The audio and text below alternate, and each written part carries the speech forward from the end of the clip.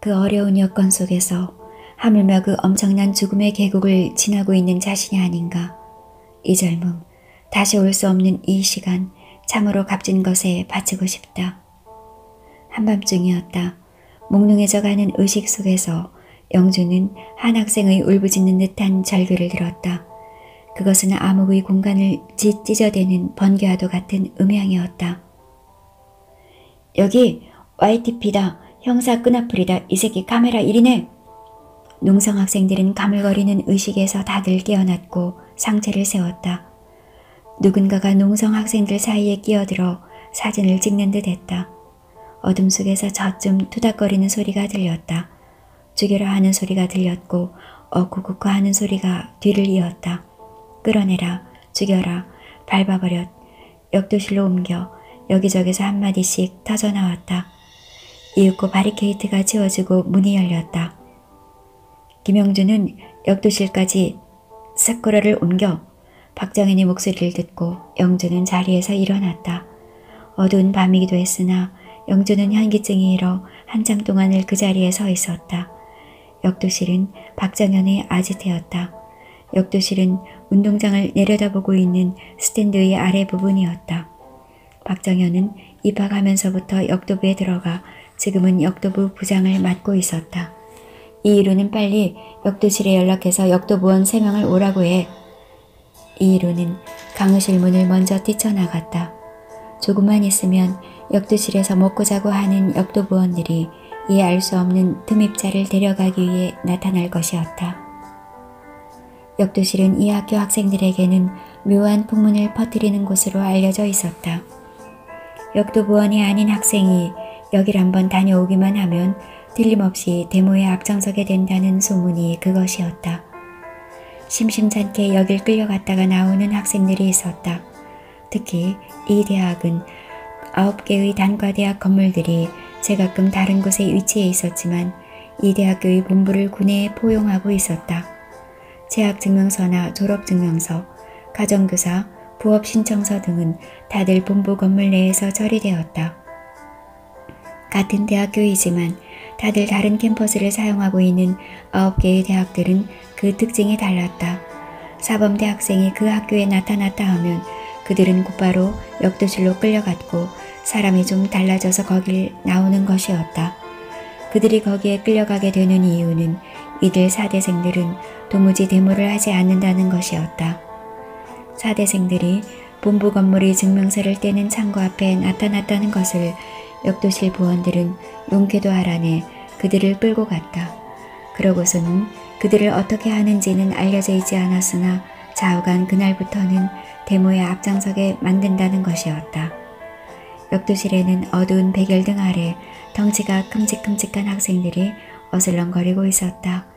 그들은 영준과 이희루를 나가도록 했다. 국문과 학생인 이희루는 시인으로 캠퍼스에 널리 알려져 있었다. 그의 별명은 디오게네세스였는데 온요엘에도 로마의식으로 미군 군복 오버를 입고 다닌다는 것이었다. 그러나 이희루는 지금은 그런 것을 걸치고 있지는 않았다. 이희루와 김영준은 테니스 코트 앞의 벤치에 앉았다. 여름밤의 어둠이 습기와 정적 속에 짙게 녹아있었다. 저쯤 연사알이나 굶고 있는 하고들이 들어있는 동부 강의실 한 기퉁이에서는 흐릿한 형광등 불빛이 흘러내리고 있었다. 거기에는 김길만을 비롯한 농성장 밖 대기 쪽의 조원들이 어슬렁거렸다. 디오게네스 형, 의사인 먹고 자는 것 어떻습니까? 밥은 밥집에서 외상 먹고 잠은 강의실에서나 교정의 벤치에서 자지. 그래도 건강은 괜찮아요? 좀 골골거려야 시가 되어 나오지. 그 건강에 이렇게 단식을 해도 괜찮습니까? 그건 신나는 일이야. 야, 이것보다 더 멋있는 젊음이 페스티벌은 없어. 나는 굶지 않았다고. 굶어 죽으면 나만 손해야. 영준에게도 좀 줄까? 이희루는 포켓 속을 훔치덕거리더니 무슨 비밀봉지를 하나 끄집어내었다. 그는 내용물을 자신의 오른손 손바닥에 쏟아부었다. 웬 고소한 냄새가 났다. 영준아, 입을 벌려. 먹어두라고. 미숫가루야. 이 사막 같은 도시에 너나 나 같은 떠돌이들은 혼자라고 쓰러지면 도무지 갈 데라고는 없거든. 영준은 그저 가만히 있기만 했다. 그것을 먹을 의욕도 힘도 없었다. 백가죽이 접혀서 펴지지가 않았고 등과 전신에서는 생땀이 솟구치고 있었다. 다리가 후들거려 견딜 수가 없을 지경이었다. 그것 보라고. 내가 보니까 넌 정말 단식을 하더구만. 야, 이 순진파야. 그러다간 죽어. 너 죽는다고 하늘에다 말할 것 같아? 자, 먹어두라고. 디오게네스 형, 먹고 싶어도 먹을 수가 없습니다. 그럼 좀 기다리고 있어. 이루는 수도가로 뛰어가더니 조그만 용기에 물을 담아왔다. 그것도 그가 몸에 지니고 있던 비품이었다. 대상이 사막을 지나듯 우리는 이 서울이라는 이름의 사막을 지나고 있는 거야. 우린 머리통 하나 괜찮아. 이 학교에 입학을 했으나 아무도 8학기 등록금을 책임지지 않는다고. 자, 쓰러지면 졸업장은 영영 타인의 것이야. 자, 먹으라고. 나를 기인이라고 하지마. 이것도 다 공부를 계속할 수 있는 방법에 불과하거든. 이것 보라고. 나는 아무렇지도 않아. 영주는 이루가 건네주는 용기를 받았다. 그리고 물을 조금씩 마셨다. 이윽고 미숫가루를 물에 적셔가며 목구멍으로 넘겼다. 이것은 분명히 장난 같은 일이었다. 동료들이 빈사이 지경에서 헤매고 있는데 이런 장난을 해도 되는 것일까? 영준아, 이걸 좀 보라고. 이루는 품속에서 무슨 종이 꾸러미를 끄집어내었다. 그것은 꽤 끔찍한 종이 뭉텅이였다. 이게 뭔지 알아? 모를 거야. 이게 다 시라고. 여름밤의 시. 나는 말이야. 단식 농성을 하면서부터 무한한 의무. 그렇지. 정신의 위로 같은 걸 느끼고 있지. 무엇보다도 나는 외롭지 않아. 같이 굶고 같이 자고 이것보다 더 좋은 게 도대체 어디 있어? 그래서 강의실 바닥에 누워 잠이 안 오면 이렇게 시를 썼지. 내가 한여름밤에 겨울 오버를 입고 시인 입내 해야만 밥집 아줌마가 날 파출소에 가두질 않고 과 조교 녀석이 장학금을 줘 빨리 졸업시키려고 할 게 아닌가. 이건 정말 나의 시, 내 젊음의 시야. 영주는 이루의 얘기를 듣고 있다가 뭔지는 알 수 없지만 그가 말하는 무한한 의무, 정신의 위로 같은 것을 느꼈다. 이루의 얘기 속에는 거역할 수 없는 젊음의 애수 같은 것이 스며 있는 듯 했다. 대학가의 거지왕이라고 소문난 이 이루에게서 이런 짙은 감동의 톤이 전해오리라 생각하지 못했다. 영준아, 한 편만 읽어도 되겠냐? 이건 말이야. 우리 과에서 제일 예쁜 여학생이 있는데 걔를 생각하고 썼거든. 영준은 전신에 생땀이 나고 다리가 후들거려 견딜 수가 없었으나 이루의 얘기가 하도 천진스럽게 들려 그를 향해 얼굴을 들었다. 기인이라는 소문이 황내에 쫙 퍼져있는 이 이루였으나 그에게는 왠지 아무도 눈치채지 못한 순수한 모습이 감추어져 있는 듯 했다. 클래스메이트 여학생을 그렇게도 열애하고 있다는 말이 이상스럽게 감동을 자아내었다. 5월의 배. 암흑의 바다에 한 척의 배가 뜨면 돛은 한껏 부풀려지고 가판에는 바람이 인다. 5월의 바다를 떠나가는 한 척의 배. 바다 저 건너 수평선 너머에는 안개 낀 고도가 있어 가판 위의 바람은 설렘이 된다. 아, 여인이여. 안개 속으로 사그라지는 창백한 윤곽이여. 5월의 바다 위 녹음의 파도 속에 두 손을 짚고 쓰러진 해맑은 두 눈동자여. 5월의 바다를 떠나가는 한 척의 배. 이 이루는 어둠 속으로 종이 이의 식구가 잘 보이지 않는 듯 가끔가다 떠둥거리기도 했다. 영조는 이루의 목소리가 물기에 젖어 있다고 생각했다. 과연 그는 시인다웠다. 그는 이미 시단에 등단하여 기성시인 대우를 받고 있었다. 영준아, 너 이 시를 받을 여학생 이름을 알고 있냐? 영준은 이 이루의 얘기가 귀 바깥에서 가물거리기만 했다. 그와 긴 얘기를 나눌 흥미도 힘도 없었다. 빨리 농성장 안으로 들어가 길게 뻗고 싶을 뿐이었다. 걔 이름 하나 걸작이야. 순덕이래. 순덕이? 영주는 뜻도 모른 채 이루를 따라했다. 영주는 이루를 채근하여 농성장으로 돌아왔다. 밤은 깊었지만 농성학생들은 외롭지 않았다. 찾아오는 사람들이 심심찮게 줄을 이었다. 그날 밤에도 2명의 학생들이 역도실 학생들이 등에 업혀 나갔다. 학생 하나하나가 실신하여 엎혀나갈 때마다 강의실 바닥에는 형언할 수 없는 침통한 분위기가 더욱 짙게 감돌았다. 그 순간 어디선가 스님 독경하는 듯한 소리가 들려왔다. 영준아, 저거 들리니? 네, 나도 듣고 있는데 무슨 소린지 알아들을 수가 없군요. 영준은 누가 뭐라든 학내에서는 기인으로 통하는 이이루에게서 이 순간 알 수 없는 인간미를 느끼고 있었다. 가난한 나라의 청년답게 그는 단신 서울로 흘러들었고 배움을 가지기 위해 기인스럽게 행동하고 있을 뿐이었다. 저기 저것 말이야. 하나님 말씀이라고. 영준은 무슨 영문인지 몰라 어리둥절할 뿐이었다. 저 어렴풋이 들려오는 중얼거림이 하나님 말씀이라니 도무지 영문을 알 수 없었다. 나사로야 나오너라 부르시니 굳게 닫힌 문이 열리고 죽었던 나사로가 걸어서 나오더라. 저게 누군지 알아? 글쎄요. 거참 조금 괴상스럽습니다. 그렇다고 광신자는 절대 아니야. 거 왜 김영하고도 가까이 지내는 것 같던데. 거 왜 이지도라고 종교학과 학생 있잖아. 이지도? 귀를 기울이니 과연 그것은 이지도의 목소리임을 확인할 수 있었다. 목소리의 주인공이 지도임을 확인하는 순간 영준은 감전이라도 된 듯 부르르 몸을 떨었다. 알 수 없는 감동이 전신에 흘렀다. 그것은 진정 지도의 영혼을 덮고 있는 짙은 암흑과 간절한 소망이 영준 자신에게도 절실하게 느껴졌기 때문이었다. 우리들은 여기에 왜 나왔으며 왜 목숨을 무릅쓴 단식을 감행하고 있는가. 그것은 어쩌면 국가와 민족의 위신과 실리를 위한다는 측면도 있었으나 달리 시대를 뒤덮고 있는 절망의 검은 장막에 휘말린 자신과의 처절한 투쟁일 수도 있었다. 정치적 이데올로기의 분쟁에 휘말린 좌우의 극한적인 대결이 야기시킨 동족 간의 치열한 살인전쟁이 끝난 지 이제 겨우 10여 년이 흘렀을 뿐이다. 그것은 가장 어리석은 대리전쟁이었고 가장 치사스러운 국제전쟁이었다. 여태껏 이 싸움이 뿌렸던 무서운 죽음의 전진이 이 땅에서 사라지지를 않고 있었다.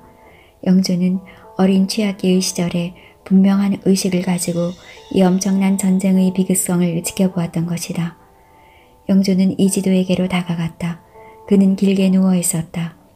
그의 창백한 얼굴은 흐릿한 형광등 불빛을 받아 푸르스름한 광채를 띠고 있었다. 지도는 의식이 오락가락 하는 듯 했다. 그는 다가오는 영준을 의식하지 못했다. 그의 입술은 무의식적으로 조금씩 움직이고 있었다. 야 지도야, 정신 차려. 나사로야 나오너라 부르시니 죽었던 나사로가. 지도는 여전히 성경 구절만을 읊조릴 뿐이었다. 영준과 이희루는 지도를 들쳐업었다. 박정현이 다가왔다. 지도를 창문 바깥 대기주에게로 넘겼다. 어둠과 정적이 들어찬 규정의 공간 속으로 실려나가는 지도의 얼굴 위에는 푸르스름한 달빛이 부서지고 있었다. 영준은 지도가 비운 자리에 길게 누웠다. 나에게 자유를 달라. 그는 자신의 입술이 자신도 모르게 달짝거려지고 있음을 느낄 수 있었다. 나에게도 죽음의 탈출을 가능케 하는 기적을 달라. 자유와 기적, 빈곤의 탈출, 인간의 개개인을 서서히 파괴시키는 피의 저주로부터의 탈출, 이런 모든 인간의 조건에 자유를 주고 기적을 달라. 영준아 정신 차려. 누군가가 자신의 어깨를 흔들었다. 그가 디오게네스 형님을 알아차릴 수 있었으나 영준은 그를 향해 얼굴을 돌릴 수 없었다. 몇 명의 학생들이 그를 향해 다가옴을 어렴풋이 느끼면서 영준은 자신은 결코 졸도하지 않을 것이라는 생각을 했다. 그의 입술은 계속 자유를 달라고 중얼거리고 있었다. 들것에 실려나가면서 영준은 자신의 정신이 자꾸만 몽롱해져 가고 있음을 느낄 수 있었다. 의식의 테이프가 흐릿해지고 간혹 가다가 끊어지곤 했다. 그가 절대로 정신을 잃어버려서는 안 되겠다는 다짐을 했다. 누군가가 다가와 자신의 손을 잡아주었다. 푸르스름한 달빛 아래 드러난 얼굴은 구레나루스의 얼굴 안철수 형이었다. 영준아 정신 차려라. 완전히 기절한 건 아니야. 내일이다. 내일 세상이 달라져. 내일 몸이 회복되면 병원을 뛰쳐나와.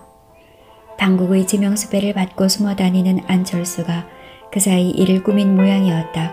무엇보다도 물리대 학생들의 집단 단식 농성은 타 대학 학생들의 깊은 각성을 촉구했다. 한 사람 한 사람 실신하여 쓰러지는 단식 학생들의 모습은 지상에 보도되었고 그 장면을 본 학생들은 서서히 흥분하기 시작했다. 영조는 길 건너 함춘동산의 응급실로 실려갔다. 결국 의식을 잃지는 않았으나 도무지 기력이 없었다. 눈알 돌릴 힘도 없었다. 입안이 들러붙어 도무지 떨어지지가 않았다.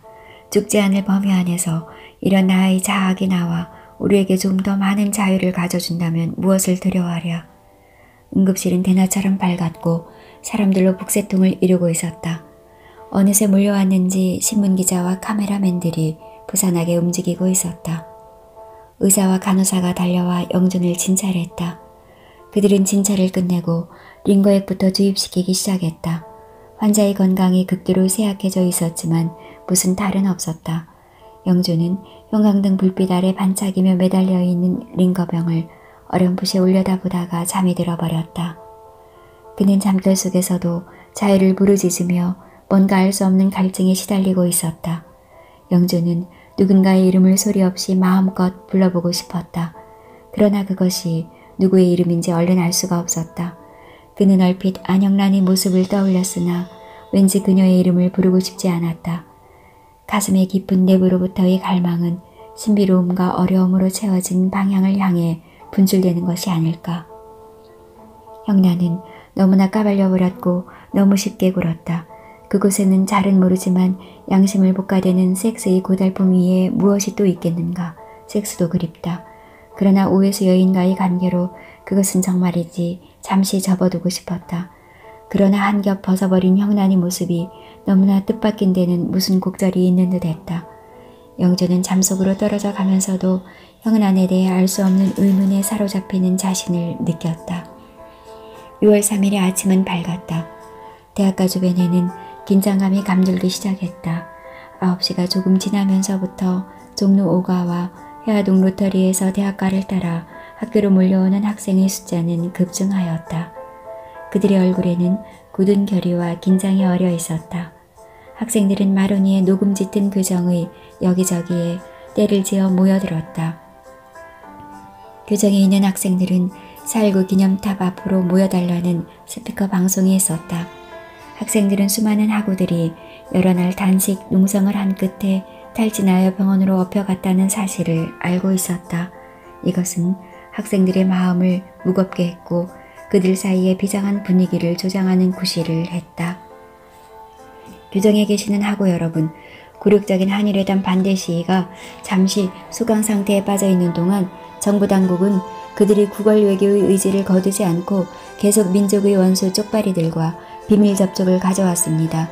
이에 몇몇 뜻있는 물리대인들이 이것에 적극 대처하기 위해 단식 농성에 들어갔으며 지금 10명 이상이 탈진하여 정신을 잃고 입원 치료 중입니다. 날씨도 화창한 오늘 서울 시내 거주 모든 대학생들이 사전의 뜻을 모아 우리들의 의지를 정부에 과시하고 어떠한 일이 있더라도 굴욕 외교 회담을 저지하겠다는 의지를 전달하기로 하였습니다. 전부 이쪽 4.19 기념탑 앞으로 나와주시기 바랍니다. 벌써부터 학생들은 마로니의 그늘 짙은 교정의 북쪽 조금 높은 곳에 위치한 4.19 기념탑 앞으로 모여들었다. 시위를 주도하는 학생의 긴 연설이 필요 없었다. 그것은 그야말로 젊은 지성인들의 운집이었다. 교정은 완전히 학생들로 가득 채워져 있었다. 빨리 나가자. 뭘 우물쭈물하느냐. 지전을 죽여라. 김종필을 불살라라. 여기저기서 열띤 목소리가 터져나왔다. 학생들은 긴장된 분위기 속에서 서서히 움직이고 있었다. 그들 사이에 엉겨있는 젊음의 에너지에는 서서히 불이 당겨지고 있었다. 여러분, 국가의 미래를 생각하고 민족의 단일성과 순수성을 옹호하려는 것은 우리 물리인들의 가장 오래된 전통이었고 또 긍지입니다. 지금 많은 학우들이 교정으로 모여들고 있으니 잠시만 더 기다려주시기 바랍니다. 그 사이 지난밤 단식 농성 현장에 침투하여 정보를 수집하고 있던 YTP 회원을 붙잡았는데 자신의 잘못을 뉘우치고 우리에게 역정보를 제공하였음을 알려드리고자 합니다. 잠시 우리의 동지가 된 전 YTP 회장 강기식 군을 소개합니다. 강기식이 마이크 앞에 나타났다. 얼굴은 부어있었고 눈은 충혈되어 있었다. 이제 이렇게 여러 학우들 앞에 서게 되니 기분이 참으로 홀가분합니다. 무슨 뜻이 있어서 그런 단체에 가입한 것은 아니었습니다. 우연히 고향 선배의 권유로 가입하게 되었고 민농 출신이라 어떻게 어려운 학창 생활에 할로라도 트일까 해서 기웃거려 보았습니다. 그러나 항상 마음은 괴로웠습니다. 하나 분명히 말씀드리고 싶은 것은 민족의 순수성과 단일성을 지키고자 하는 우리 물리대인들의 의지가 강한 만큼 반지성 반민족의 획책과 그 무리들의 결집력도 세다는 사실의 인식입니다. 이 점에 있어서 나는 커다란 우려를 거둘 수 없습니다. 오늘 제발 어떤 불상사도 일어나지 않기를 기원하는 바입니다. 학생들은 강기식에게 박수를 쳤다.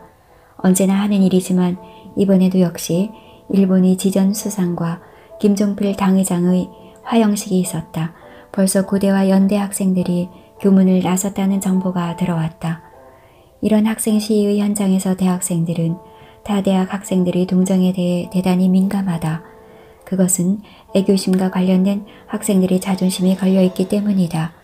당국이 시도하고 있는 한일회담 타결이라는 현안 앞에서 그들은 절대적으로 민족의 긍지를 지키기 위해 반대해야 한다고 믿고 있었기에 자신들의 모교가 소극적이거나 다른 학교보다 늦게 시위를 한다는 소문이 치욕스러웠던 것이다.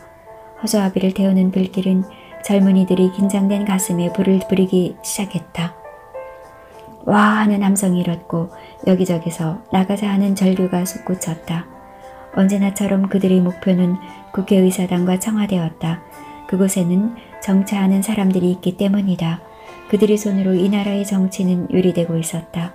터져나온 젊음의 함성은 그 어느 때보다 뜨거웠고 또한 무거웠다. 그들의 에너지는 강력했다. 그것의 근원에는 실신하여 쓰러진 동료들의 모습이 서려 있었고 동해안 코앞까지 몰려와 노래 부르며 고기를 잡아가는 쪽발이 어부들의 모습이 나타나고 있었다. 교문 앞에는 벌써 경찰들이 몰려와 있었다. 그들이 각오도 대단한 듯 했다. 하나같이 방독 마스크를 쓰고 있었고 군봉을 준비하고 있었다. 학생들은 스크럼을 짜고 경찰 저지선을 향해 돌진했다. 그들은 경찰의 강력한 저지선에 막혀 전진하지 못했다. 그러나 운동장에 들어찬 학생들의 수요가 워낙 많은 데다 그들이 한결같이 단단히 각오를 하고 가두 진출을 위해 밀고 나오는 탓으로 내부적인 에너지에 의해 앞으로 나아가지 않을 수 없었다. 이윽고 경찰관들이 군봉이 날고 체류탄이 터졌으나 정오가 가까워질 무렵에는 모여든 학생들의 숫자가 계속 증가해서 10,000명을 넘어섰다. 종로, 을지로, 청계천, 충무로는 학생들로 뒤덮였다. 그들은 수적 우세를 이용하여 경찰관들의 군봉 세례와 체류탄 발사를 분쇄하고자 했다. 그들은 힘으로 경찰관들을 굴복시켜 군봉을 빼앗았으며 기민한 동작으로 체류탄 가스를 피했다.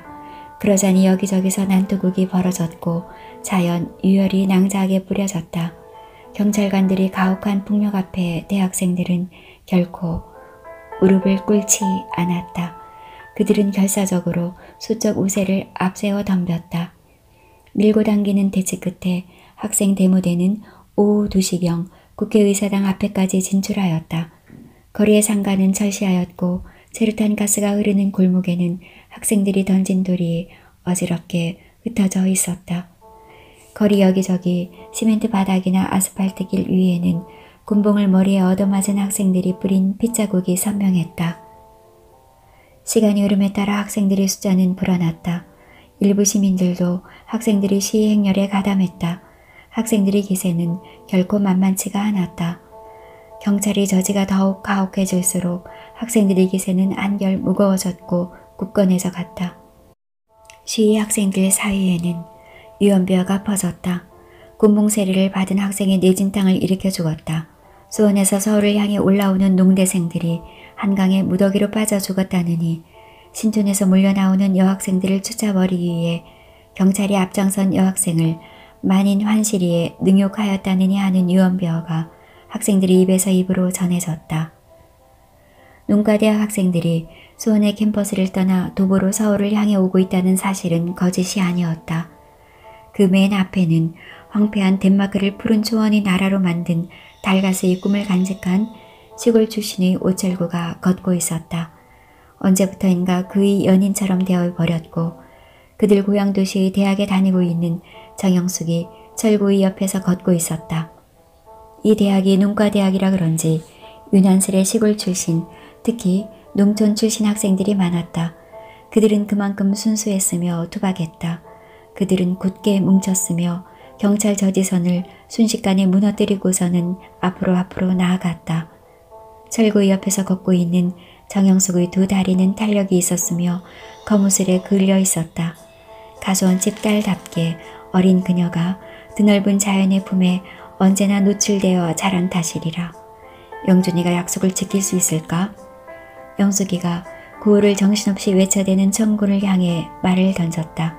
청춘 남녀의 얼굴은 초여름이 열기에 익어 검붉게 타올랐다. 그럼 무슨 일이 있어도 국회의사당 앞에서 합류하기로 했어.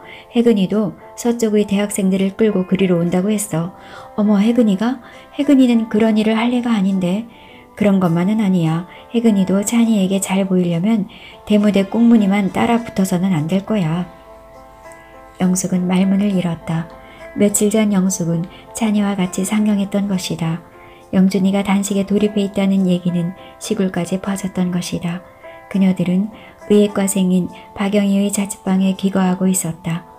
영숙과 찬이는 자신들의 남학생 짝꿍이 우연이든 필연이든 누구인지 분명히 알고 있었다. 그녀들이 자신들의 짝꿍과 어떤 감정의 교류를 하고 있는지는 당사자들 위에는 아무도 모른다. 혹시 이성 간의 감정이 무르익어 깊은 연애 관계에 빠졌는지도 모를 일이다. 그러나 그녀들은 형란과 영희의 짝꿍이 누구인지 도무지 알 재주가 없었다. 남학생은 영준 한 사람뿐이기 때문이다. 영준이가 두 여학생 중에서 누구하고 더 가까운지도 전혀 알 수 없었다. 그것도 역시 당사자들만의 일이었다. 경수가도를 뛰듯이 달려온 학생들은 오후 2시 조금 못 미쳐 한강 인도교 앞에 이르렀다. 강 건너 시가지에서는 시가 저녁을 덮고 있는 이상한 정적감과 긴장감이 전해져 왔다. 사람들이 줄을 지어 기나긴 다리를 건너기 시작하는 오철구 일행에게 두말하지 않고 길을 더 주었다. 학생들을 쳐다본 시민들은 시위대를 이끌고 있는 학생의 몸짓과 손짓에 잠시 시선을 주었다.